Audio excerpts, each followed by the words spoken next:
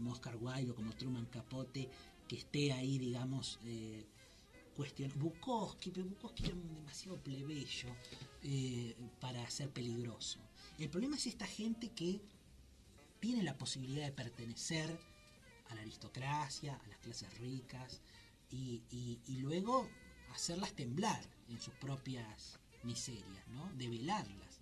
Porque acá Wilde está cuestionando todo lo que le habían celebrado. Ese es el problema, ¿no? Cuando uno depende mucho de la mirada de los otros, esa mirada es positiva y es halagüeña, después cuando uno pierde esa mirada, ¿qué hace? Capote se autodestruyó. Capote cuando dejaron cuando dejó de recibir esas miradas de sus queridos aristócratas, dejó de existir. Murió al poco tiempo, totalmente autodestruido. Porque bueno, tienen existencia dentro de esos ámbitos tan especiales. No, Capote que hizo esa gran fiesta de máscaras de blanco y negro, ¿no? Después de publicar A Sangre Fría, donde fue toda la élite mundial, la gente se peleaba por ir a esa fiesta. Y uno dice, ¿cómo un gran artista puede creerse semejante farsa? O puede vivir para esa farsa. Pero bueno, es lo que los constituye en ese momento. ¿No? Y también aquellos que a lo mejor penamos demasiado para estar y para generar alguna obra artística hasta mediocre siquiera, ¿no? Cómo esta gente que ha podido realizar semejante obra artística de pronto deja de tener importancia la obra para ellos mismos. Para ellos mismos, pero porque el problema es que siempre importó demasiado la persona o el personaje. Uh-huh. Hay que tener mucho cuidado cuando uno tiene un determinado talento, porque eran personas muy sensibles. A Capote siempre, por ejemplo, se creyó que era una persona obsesionada con el dinero, lo era, obsesionada con la fama, lo era, pero que eso inhabilitaba cualquier posesión de un sentimiento. Y uno lee el epistolario de Truman Capote, que se llama Un placer fugaz, y encuentra un hombre destruido en la abundancia, destruido en la fama, reclamando un amor que se va, que viene, totalmente inestable, recordando a un padre que lo abandonó, que aparecía nada más cuando quería plata, una madre alcohólica. Él no adopta su propio apellido, adopta el apellido de Joe Capote, que era su padrastro, él era Parsons de apellido.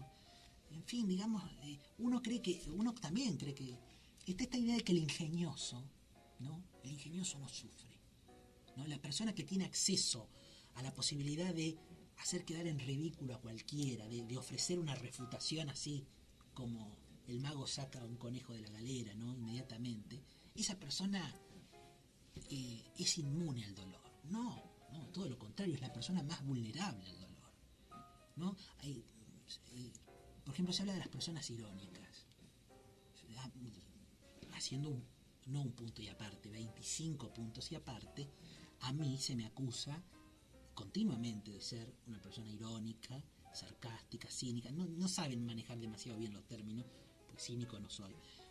Y entonces se cree que la persona que es irónica goza, Freud mediante, de una capacidad, de un mecanismo de defensa perfecto, que es invulnerable, ¿no? Que la persona que ejercita la ironía está prácticamente libre de sufrimiento, porque siempre puede, justamente, burlarse de eso, desdramatizarlo, convertirlo en obra o lo que fuera. Y no es así. Nabokov decía algo que yo no comparto, pero puede tener algo de cierto. Él decía, no, yo no soy irónico porque la ironía es la risa amarga, ¿no? Efectivamente, el irónico se ríe del mundo, pero se ríe con pesar, con amargura, no deseando esa risa. Entonces, eso le pasaba también a estos personajes, a Wilde, gran posibilidad de ironizar absolutamente de todo, pero la soledad te espera ahí, detrás de esa ironía está la soledad, y eso no lo soporta ningún genio lo soporta. Esta idea de que, y volvemos al principio de esta conversación, ¿no? Que el intelectual tiene un montón de recursos interiores, sí, efectivamente, el artista, el filósofo, y esos recursos interiores bastan y sobran para sustituir la existencia de un mundo que te corresponde. No alcanza. La verdad es que el mundo está allá afuera y uno lo que desea es que ese mundo, agradarle a ese mundo y que ese mundo te agrade. Sí. Todo lo demás es importante, pero, y me parece que es lo que está diciendo Wilde, no es tan fácil sobrevivir ahí hay un salto, Sí, que es uno mismo. sí. Cuando uno trabaja para que agradar a los demás, ¿no? Se olvida de agradarse a sí mismo. Sí. Pero por ahí uno quiere agradar a los demás porque sabe que no se agrada a sí mismo. ¿No? Póngale lo que quiera. Sí. Pero en definitiva, al final uno va a tratar de encontrarse con uno mismo. Sí No se sé, anima. a mí me Sí se parece. anima. ¿Y cómo no se va a animar? No, Jorge, usted Porque- es muy optimista. Sigue Es que es sosteniendo su inevitable. optimismo. No es tan Es inevitable. Usted fíjese que Siento la eso. frase que supuestamente postuló Sócrates, Pero no es una cuestión de decisión. Encontrarse con uno mismo no es una cuestión de decisión. Es inevitable. pero Es imposible no encontrarse con uno mismo. Pero lo que dice, ¿usted habla de asumirlo también? No.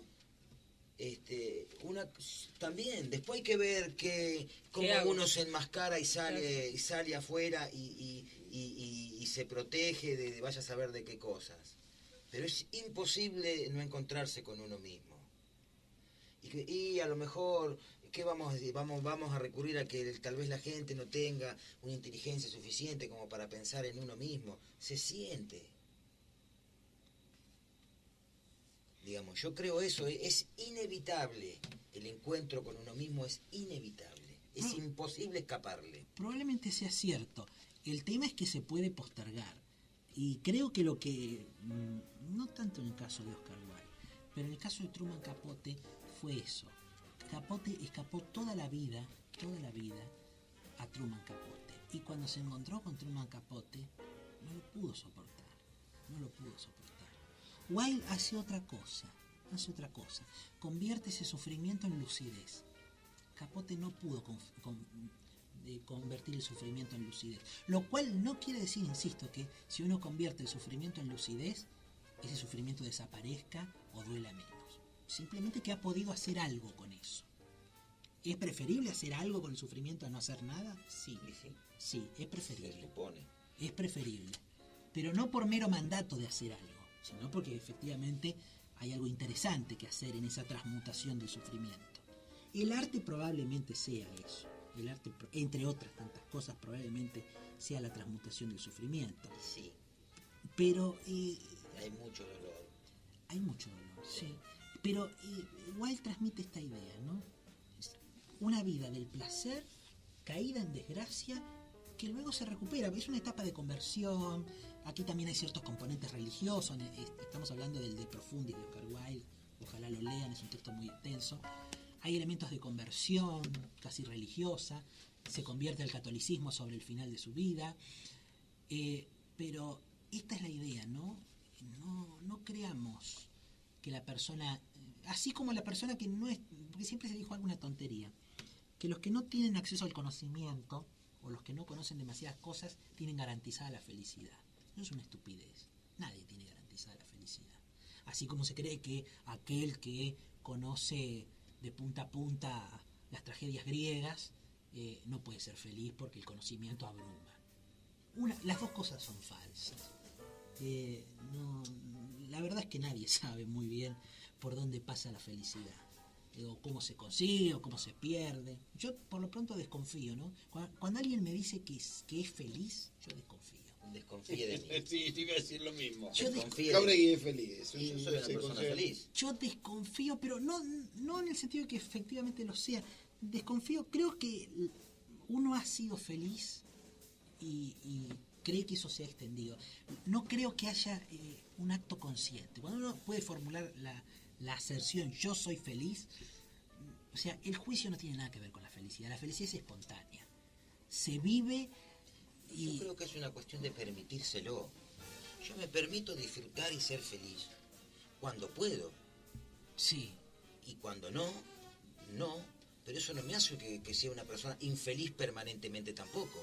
No, por supuesto. Digamos, pero lo que yo digo es que la felicidad no es compatible con un elemento de autoconciencia. Por lo menos no de una autoconciencia permanente, porque si uno estuviera teniendo una autoconciencia permanente de su estado de felicidad, no estaría justamente viviendo lo que lo está haciendo feliz. ¿Se entiende? A eso voy, digo, uno no puede sentarse y pasar demasiado tiempo diciendo qué feliz que soy, No, porque se pasó la porque felicidad. justamente no pasa por ahí. La felicidad se siente. Pero La es- felicidad se siente. Yo cuando me siento feliz, soy feliz. Y Bueno. sí, como dijo, soy feliz y listo, y no tengo ningún cuestionamiento, ni ningún razonamiento, ni ninguna elaboración de mi felicidad. Pero usted Soy sí- feliz, listo, se terminó el problema. Bueno, pero es un afortunado usted. Sí, Porque lo sabe soy. que Lo soy. en la felicidad, en cada momento, o sea, siempre... Pero con muy poco, afortunado con muy poco. Está bien, Casi con nada. Aprender a ser feliz casi con nada, eso es ser afortunado. Cada vez, digamos, cuanto menos cosas necesito para arreglármelas conmigo mismo, más feliz puedo ser. Yo en eso estoy de acuerdo porque soy un estoico. Yo cada vez necesito menos, pero no me alcanza. O sea, necesito menos y no me Y bueno, alcanza. es un problema, ¿Cuánto sí, sí, menos no. podré resignar para ver si me alcanza? Entonces, ese es el problema. ¿Sabe qué pasa, No, Jauregui? porque usted debe tener una meta, que es lo que no alcanza. Usted debe tener una meta, que es lo que no alcanza. Ya la va a alcanzar, quédese tranquilo. Pero esas metas son tan inalcanzables. No piense así. Son tan No inalcanzables. piense Pero así. yo estoy Pero seguro. no es un optimista como usted, Jauregui. No puede Pero, pedirle a un hombre ¿sabe qué que no es pasa, optimista Jauregui? que Mire. sea optimista. Yo le voy a ser radicalmente honesto. A mí- Nunca pensé que fuera de otra forma. A mí cuando me No, han- no, pero ya es radicalmente. radicalmente el adverbio, nunca el adverbio es de gusto. Entonces, además suena tan feo en castellano que cuando, como decía Borges, ¿no? El adverbio, el mente, se nota mucho. Entonces, si uno lo va a usar, lo tiene que usar para introducir algo importante. Yo a veces he llegado a lugares que quería llegar, y cuando llegué me pasó aquello del deseo de Lacan. Llegué y me di cuenta que deseaba otra cosa. Y claro, seguramente. Entonces, si yo, por más que yo trabajara, No era el fin, no era el fin, pero sí, era el medio. pero eso nos habla de una vida infinitamente Pero, construida de postergación. ¿Sabe qué No, fue? señor, está equivocado. Yo le voy a decir lo contrario. Porque el deseo ese, que no era eso, porque no era eso lo que él tenía para dar. Lo que él quería dar no era eso.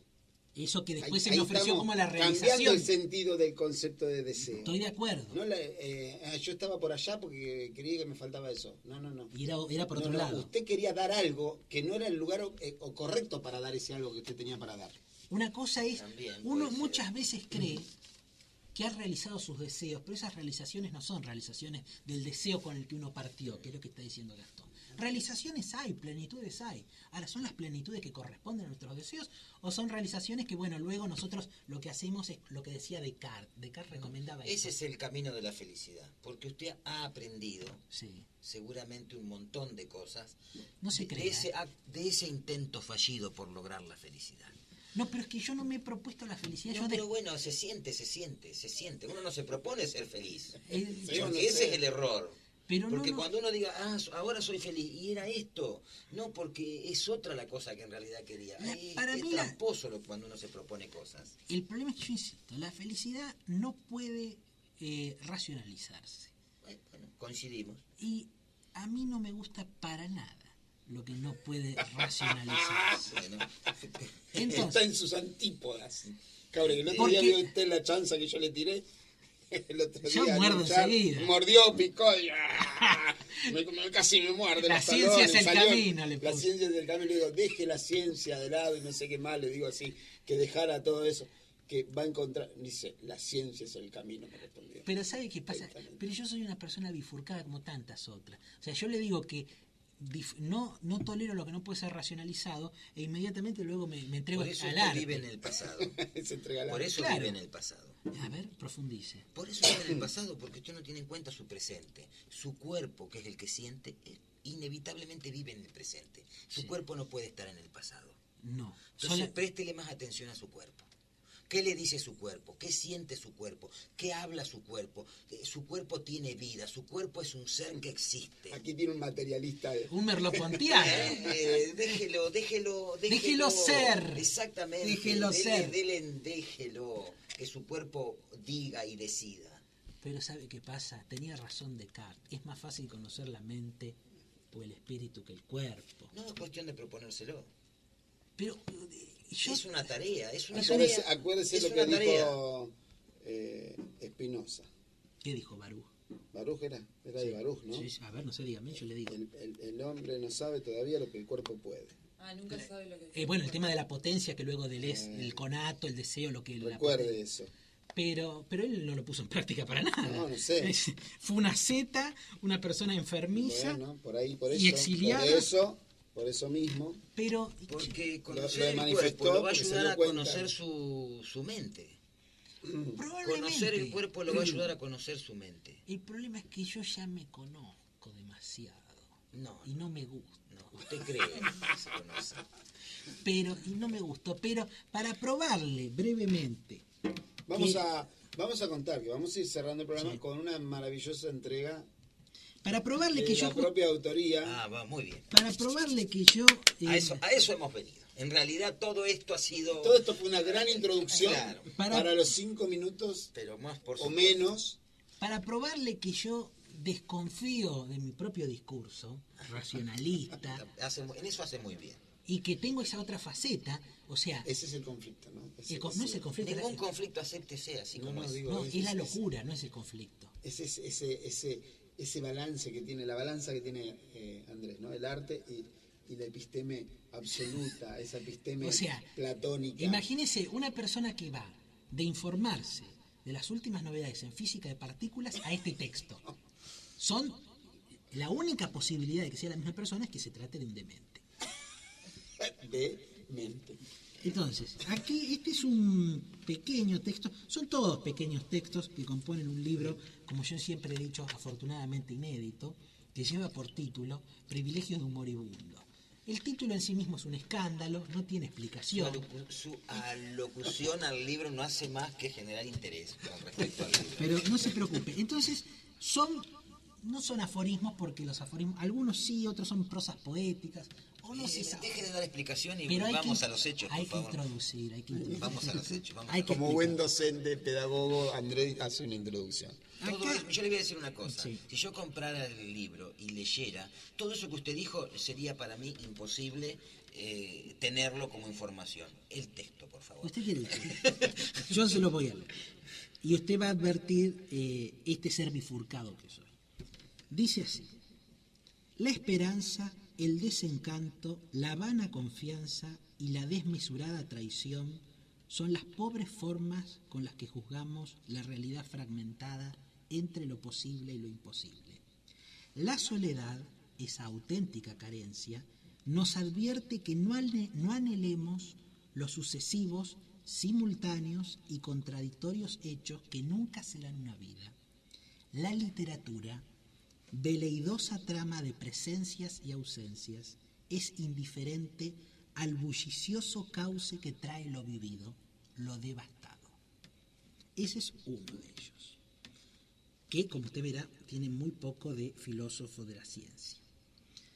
Este tiene una pequeña moraleja filosófica, al menos. Los desesperados, el libro es muy monotemático, los desesperados, que por definición no se han educado filosóficamente, demandan consejos ante la muerte. Se rehúsan a entender que todo consuelo es impersonal y que el patíbulo reclama individuos. El genérico hecho de vivir muestra su generosidad cuando, sin cortesía, te confronta con tu ingenio y sus imposibilidades, ¿no? Este es el tema del ingenio que no alcanza. Aquí sobre la tragedia que es escribir, ¿no? Es un libro, como usted verá, que no es para un domingo. Las palabras no fluyen y la certeza de ser un falso instante en la memoria de alguien robustece. Un coro de voces me aturden como restos de un erróneo génesis. La imperturbabilidad del estoico da paso al terror de que la angustia sea una mera noción frente a la confusa realidad del tiempo. Como usted verá, es un texto muy barroco, muy epigramático. Este es tremendo. El que busca el dolor antes debe encontrar la imaginación. Quien invierte los términos será otro eco perdido en la superficie del mundo. En esto yo creo, ¿no? Está muy bien, sí. Si usted, ¿no? Antes de sufrir, imagine. Y tenga capacidad de imaginar, ¿no? Entregarse al sufrimiento sin ninguna prevención estética es estar perdido. Es que tal vez habría que encontrar la imaginación para cualquier cosa, no solamente para entregarse al dolor. Y esos son un poco, después hay otros más duros, pero no vamos a amargar la noche. Ese es un poco el estilo de una escritura confesional en primera persona, que fue escrito, esto empezó a la sazón de un desamor y termina, y yo lo sigo escribiendo con otro desamor. Es un libro escrito en sucesivos desamores. Desamores. Sí, claro, y esa es la verdad. No tiene nada que ver con la otra faceta, ¿no? Con el que va a congresos a hablar de cuestiones epistemológicas. Esto tiene que ver con mi absoluta intimidad. Es un libro donde hago caso de lo que usted me dice, Jauregui. Me expongo tremendamente. Sí. Y hay otros que son, estos son algunos que elegí que son los menos crueles. Hay algunos que son muy crueles, ¿no? Es un libro donde se renuncia, bueno, ya había renunciado a tanta gente, a la creencia en Dios. La soledad es algo que está presente continuamente. Si usted busca definiciones de soledad, aparecen a cada rato. ¿Qué es la soledad? ¿Qué es el amor? ¿Qué es la conciencia? ¿No? También hay muchas cosas que están presentes. Y ahora te voy a tutear. ¿Vos te considerás un artista? No. Eso te podría ayudar. No, porque retomo las Con palabras... todo respeto, te digo. Retomo las palabras de Marlon Brando. Él decía que artista es una palabra un poco grande. Sí, Él no se consideraba un artista y creo que no. Creo que en la literatura hay pocos artistas. O sea, no todo escritor es un artista. ¿Me considero un escritor? Sí, no un artista. El artista, la diferencia es que el artista tiene que lograr conmover. Está bien. El arte no puede no emocionar. La escritura puede emocionar o no. Estas palabras pueden estar bien hilvanadas. ¿Por qué? Pues soy una persona que ha leído bastante, sé más o menos cómo puedo enganchar una palabra con la otra, sé buscar algún efecto, a veces lo logro, a veces no, pero eso no alcanza para ser un artista. Alcanza para ser un aprendiz de un oficio. La literatura es un oficio también. Puede ser un arte cuando uno alcanza la emoción, cuando uno logra emocionar. Si no, bueno, puede ser un hábil escribiente. Es la diferencia entre el escritor y el escribiente, o el escribidor, ¿no? Vargas Llosa tiene un hermoso libro sobre el escribidor, ¿no? La tía Julia y el escribidor. El escribidor es eso, es el que escribe, bueno, que ha aprendido las reglas del oficio. Es como aquel que conoce las reglas del ajedrez y mueve las piezas. Pero otra cosa es ser Bobby Fischer, ¿no? Cosas muy distintas. Así que bueno, pero ya estamos. Estamos.